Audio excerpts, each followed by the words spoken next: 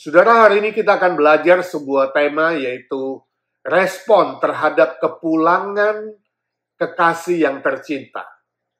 Mari kita membaca firman Tuhan di dalam Ayub pasal 1 ayat 20-22 dan Mazmur 90 ayat 10-14.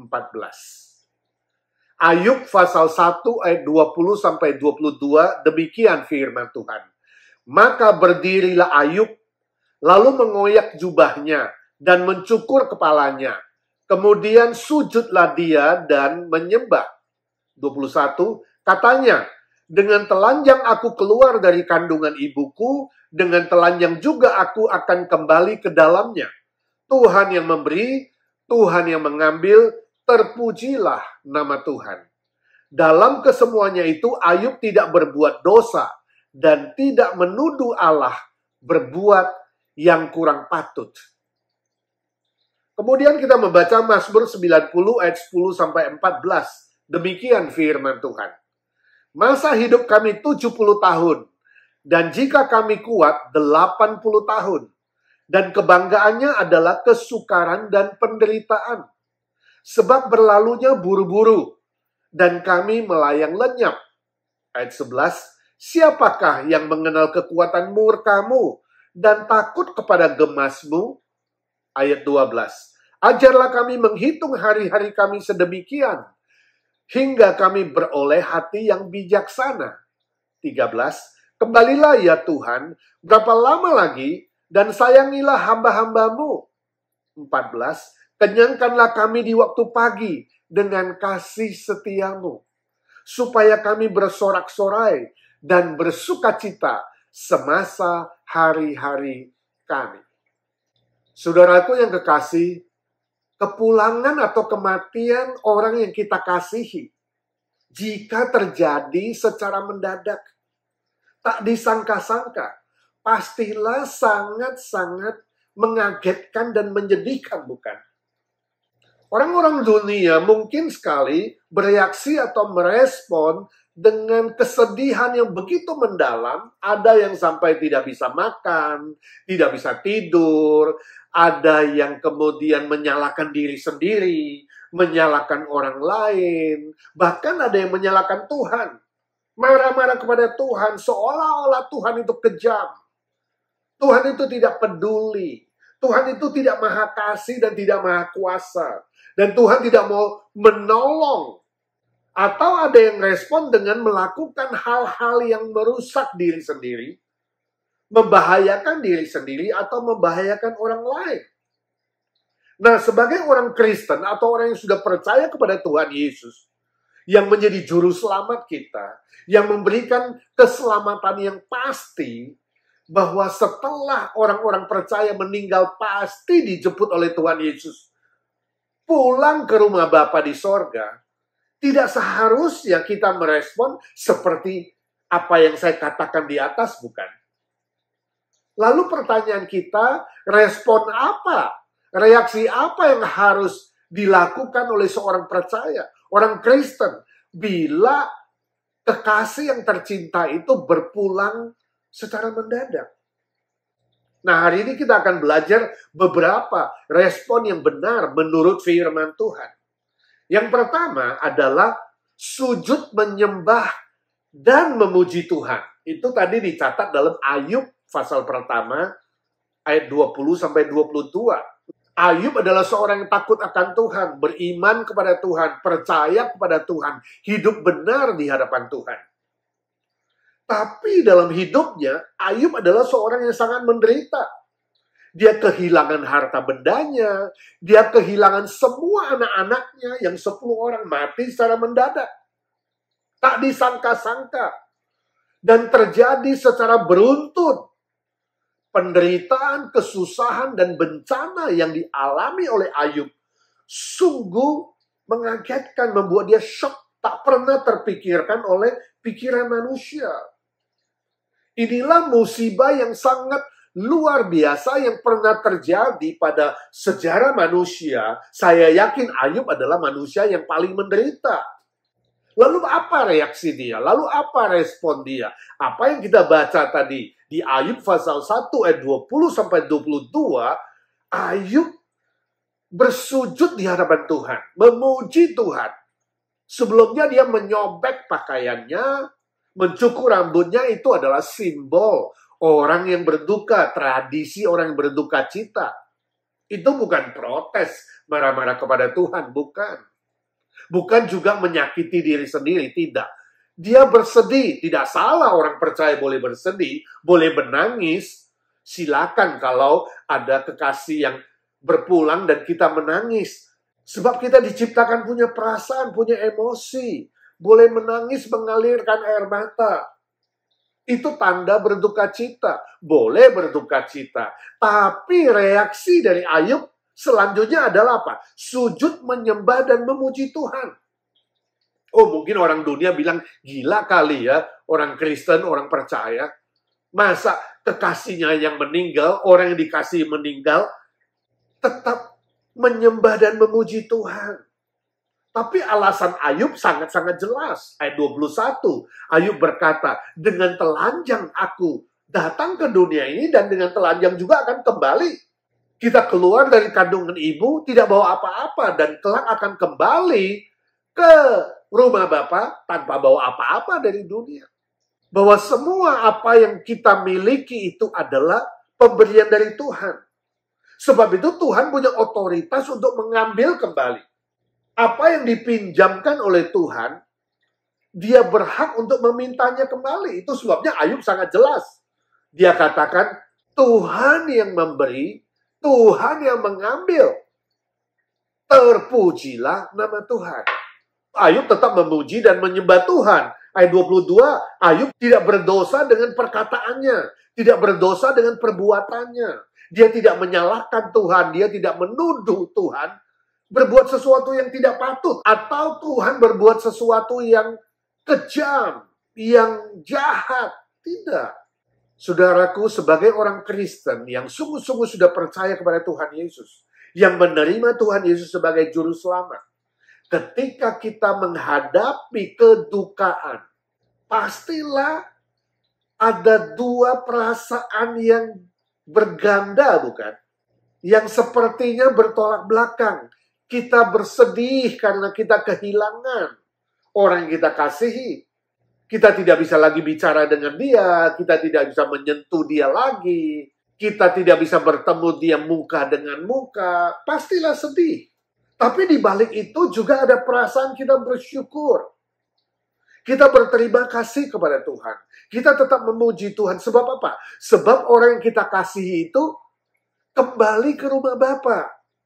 Rumah Bapa di sorga yang mulia, yang kekal, yang indah. Dia bukan gentayangan di mana-mana. Dia tidak masuk ke tempat penyiksaan. Tidak. Rohnya kembali ke rumah Bapa. Jadi di balik kesedihan itu ada rasa bersyukur kepada Tuhan, ingin memuji Tuhan, dan tetap menyembah Tuhan. Saudaraku, Pak Cahya Kusnandar atau Om Caihi panggilan akrabnya, dia adalah milik Tuhan.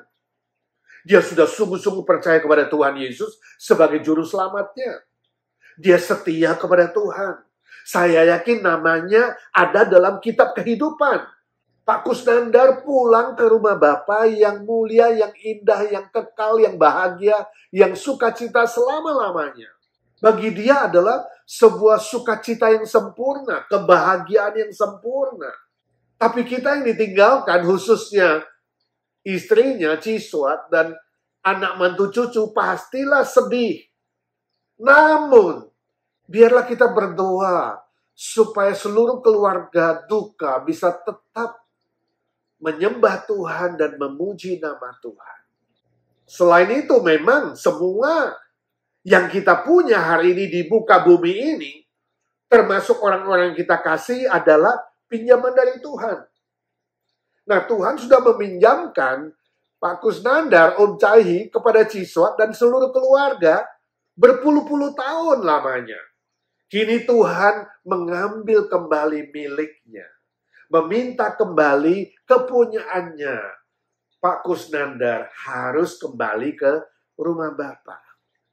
Sebab itu sudahlah sepatutnya pinjaman dari Tuhan itu dikembalikan kepada Tuhan dengan ucapan terima kasih. Dengan ucapan syukur, dengan tetap memuji dan menyembah Tuhan. Saya berdoa kiranya Ciswat dan seluruh keluarga, anak, mantu, cucu, belajar kebenaran firman Tuhan ini. Dan boleh berkata, seperti Ayub, Tuhan yang memberi, Tuhan yang meminjamkan, dan kini Tuhan meminta kembali, Tuhan mengambil kembali. Terpujilah nama Tuhan. Yang kedua, respon yang benar adalah belajar menghitung hari-hari. Mazmur pasal 90 ayat 12 tadi berkata kepada kita, ajarlah kami Tuhan untuk menghitung hari-hari kami sedemikian sehingga kami beroleh hati yang bijaksana. Nah, saudara, konteksnya adalah Musa menuliskan Mazmur itu pada waktu dia sudah berusia 120. Tapi dia melihat generasi sesudah dia, di bawah dia itu usia manusia paling 70. Kalau kuat 80, itu pun penuh dengan kesengsaraan, kesulitan, dan penderitaan. Sebab itu Musa bilang, ya Tuhan ajarlah kami menghitung hari-hari kami sedemikian. Biarlah kami diberikan hati yang bijaksana. Itu adalah respon. Itu adalah reaksi terhadap kepulangan kekasih yang tercinta. Yang 70, yang 80 itu. Ketika dia melihat generasi-generasi sesudah dia. Sebab itu saudaraku, kepulangan atau kematian dari orang yang kita kasihi adalah sebuah peringatan, alarm system yang mengingatkan kita, yang menyadarkan kita bahwa hidup kita di dunia ini terbatas. Hidup kita di dunia ini sementara. Sebab itu kita harus mencari kesempatan, memakai kesempatan, menghitung hari-hari kita sedemikian rupa, sehingga kita tidak hanya bergelut pada hal-hal yang bersifat sementara, tapi kita berjuang untuk memperoleh nilai-nilai kekal. Nah, saudaraku, kita bersyukur bahwa Pak Kusnandar, Om Cahi, usianya 83 tahun. Artinya itu melebihi umur Alkitab. Umur Alkitab 70, dia 83, jadi dapat bonus 13 tahun. Sebab itu kita patut menaikkan syukur kepada Tuhan. Sebab Om Kusnandar, Om Cahi sangat-sangat disayang dan dikasih oleh Tuhan. Dikasih bonus. Nah, istilah menghitung hari-hari pada ayat 12 itu ibarat seorang hamba yang sedang memohon kepada Tuhannya untuk mendapatkan upah setiap hari, bahkan ditambahkan bonus. Jadi kalau dia beruntung, dia tidak hanya mendapatkan upah, tapi dapat bonus. Sebab sang hamba tahu bahwa tuannya itu maha baik, maha murah hati. Itulah yang menjadi sikap kita sebagai seorang Kristen, orang yang sudah percaya. Kita adalah hamba Tuhan, hamba-hamba Kristus yang sudah ditebus. Itu sebabnya kita menjadi milik Kristus yang seharusnya melayani Kristus, berbuah bagi kerajaan Tuhan dan kebenarannya. Itulah nilai-nilai kekal. Dan orang yang dalam hidup sementara ini menghasilkan nilai-nilai kekal adalah orang-orang yang bijaksana. Saudaraku, saya baca sebuah cerita tentang seorang yang sakit keras. Dia datang kepada dokternya. Dan setelah diperiksa semua hasil tesnya, diperiksa kesehatannya, orang sakit itu kemudian berkata kepada dokternya. Dia katakan, dokter, aku sungguh-sungguh takut mati. Aku tidak tahu ada apa di seberang sana. Apakah engkau bisa memberitahu saya, ada apa di seberang sana? Di seberang kematian itu. Dokter mengatakan, aku tidak tahu. Lalu pasiennya mengatakan, dokter, you bilang you orang Kristen, you percaya kepada Tuhan, you tidak tahu ada apa di seberang sana. Dokternya mengatakan, ya saya belum pernah ke sana. Pada saat itu dokter sedang memegang handle pintu, pegangan pintu tempat dia memeriksa sang pasien. Dan di balik pintu itu terdengar suara anjing yang sedang menggores-gores pintu, ingin masuk. Dan sepertinya merengek-rengek minta masuk. Dan ketika dokter membuka pintu itu, sang anjing langsung masuk dan melompat ke pangkuan dokter dengan wajah yang girang, yang sukacita. Lalu si dokter menoleh kepada pasiennya. Dan dia berkata, "Saudara memperhatikan anjing saya? Dia belum pernah masuk ke ruang pemeriksaan ini. Dia tidak tahu apa-apa tentang ruangan ini. Dia tidak pernah melihat apa-apa. Tapi dia tahu pasti di dalam ruang itu ada tuannya. Itu sebabnya ketika saya buka pintu, dia langsung masuk dan melompat ke pangkuan saya dengan tanpa takut, dengan sukacita dan bahagia. Demikian juga aku tidak tahu tempat di seberang sana sebab saya belum pernah pergi. Tapi saya tahu di situ ada Tuhan saya. Di situ ada Tuhan yang saya percaya, yaitu Tuhan Yesus yang sudah mati bagiku dan bangkit bagiku. Itu sebabnya kalau sudah tiba waktunya, saya siap ke seberang sana tanpa takut. Tuhan Yesus Kristus, Tuhan saya, pemilik saya ini. Itu sudah cukup bagi saya. Pasien si dokter tersenyum dan hatinya dihibur dan dikuatkan. Dan singkat cerita, sang pasien pun menerima Tuhan Yesus sebagai Tuhannya, Tuannya, Juru Selamatnya, yang memberikan kepastian keselamatan, jaminan hidup kekal. Saudaraku, kita semua patut bersyukur sebab Pak Kusnandar, Pak Cahaya Kusnandar, Om Caihi yang kita kenal, dia sudah percaya kepada Tuhan Yesus. Tuhan Yesus adalah Tuhan yang memiliki dia. Itulah kebahagiaan yang sejati. Itulah sukacita yang sejati. Keputusan Om Caihi menerima Tuhan Yesus adalah keputusan yang bijaksana. Dia memiliki hati yang bijaksana sebab dia memiliki kepastian keselamatan. Permisi tanya, apakah saudara sungguh-sungguh sudah mengenal Tuhan Yesus sebagai Tuhan, sebagai Juru Selamat, sebagai penebus dosamu, yang memberimu jaminan hidup kekal? Apakah saudara sungguh-sungguh sudah percaya 100%? Bila belum, lakukan hari ini. Sebab hari ini adalah hari keselamatanmu. Kau tidak tahu hari besok. Kau tidak tahu kapan kau dipanggil. Kau tidak tahu kapan maut itu datang menjemputmu. Inilah saatnya. Hari ini adalah hari keselamatanmu. Saudaraku, kematian itu tidak bisa ditebak.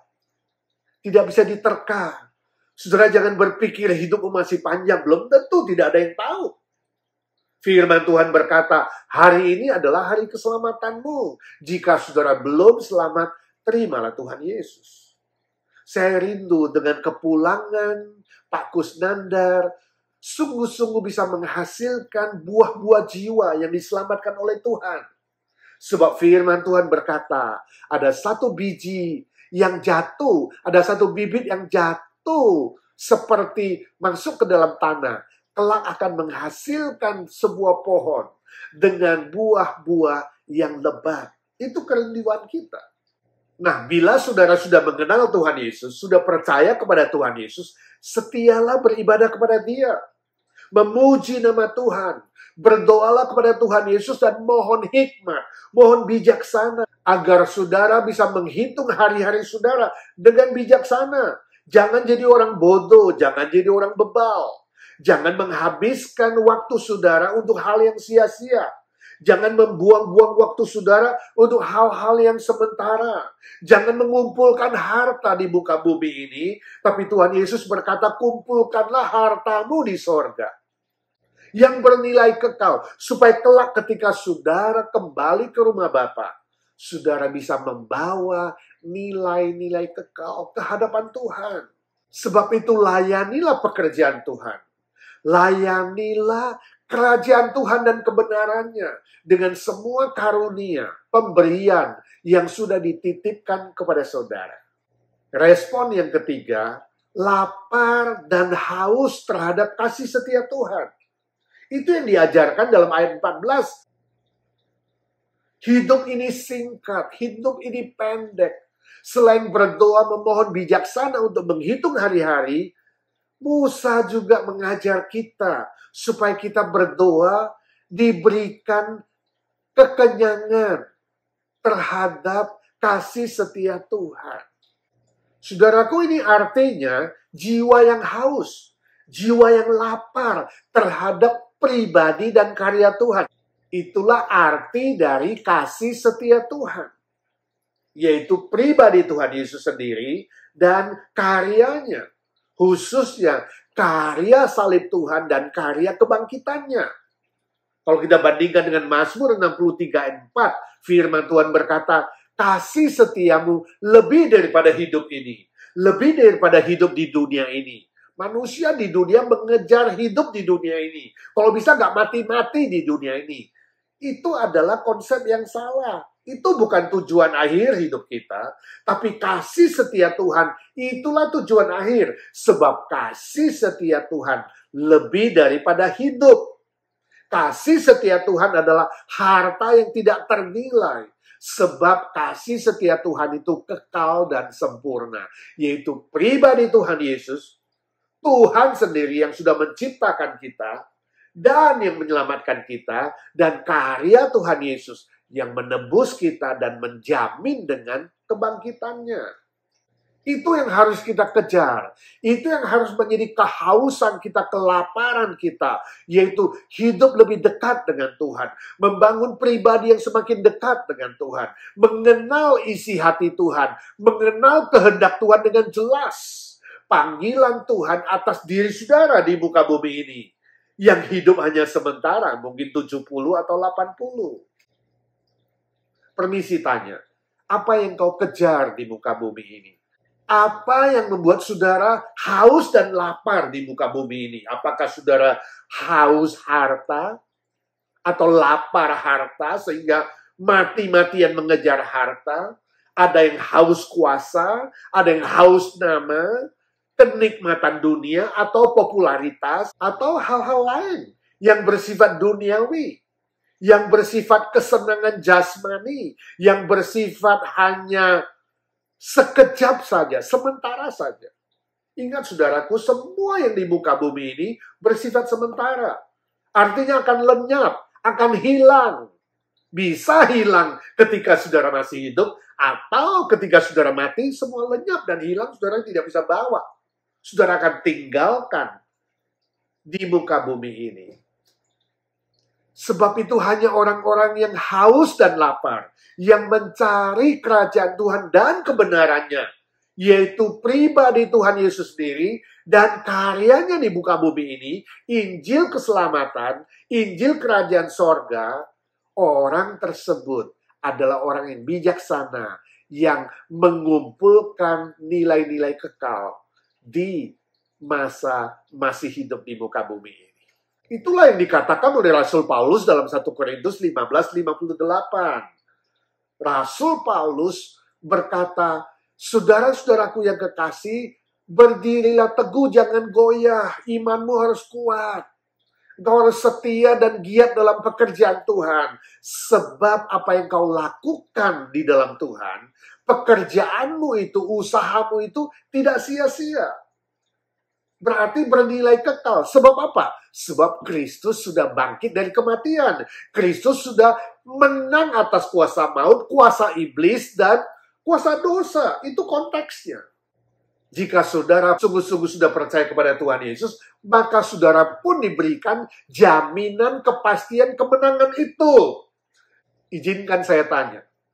Bila saudara tahu bahwa waktumu di muka bumi ini tinggal 1 bulan saja, apa yang akan saudara lakukan? Apa yang akan saudara kejar? Saya yakin saudara tidak akan mengejar harta, bukan? Tidak akan mengumpulkan uang atau harta yang bersifat sementara yang tidak bisa kau bawa ketika kau mati nanti, bukan? Saudara juga pasti tidak akan mengumpulkan popularitas, membuat nama saudara lebih terkenal, gila mencari kuasa, ataupun melakukan sesuatu yang bersifat duniawi. Saudara akan pikirkan sesuatu yang bersifat sorgawi. Sesuatu yang bernilai kekal dalam 1 bulan. Apa yang bisa saudara lakukan untuk kerajaan Tuhan? Itu bukan melayani Tuhan, melayani manusia, mengabarkan Injil, memenangkan jiwa, berbuat sesuatu yang bisa saudara bawa setelah saudara meninggal nanti. Sebab itu mintalah rasa haus dan rasa lapar terhadap kasih setia Tuhan. Layanilah pekerjaan Tuhan dengan melayani sesama. Lihat orang-orang yang belum percaya di sekitar saudara. Kabarkan Injil Kristus, menangkan jiwa mereka. Dan lihat karunia apa yang sudah Tuhan titipkan kepadamu dan pakailah. Praktekkan itu. Pakai itu secara konkret. Jangan simpan untuk diri sendiri. Jangan takut, jangan gentar, jangan khawatir, jangan gelisah. Tapi pakai sesuai dengan pemberian Tuhan. Amin. Kiranya firman Tuhan ini sungguh menghibur dan menguatkan Ciswat dan seluruh keluarga duka yang ditinggalkan oleh Om Caihi, Pak Kusdandar, dan juga menghibur dan menguatkan kita semua yang sudah belajar firman Tuhan ini, supaya kita menjadi orang yang bijaksana, orang yang takut akan Tuhan, orang yang setia menyembah dan memuji Tuhan apapun yang terjadi. Ingatlah, Tuhan Allah selalu peduli, selalu mengasihi, selalu maha baik, maha kasih. Dia tidak pernah salah, dia tidak pernah berbuat curang, dia tidak pernah kejam, dia tidak pernah berbuat yang jahat. Walaupun banyak hal kita tidak mengerti di muka bumi ini.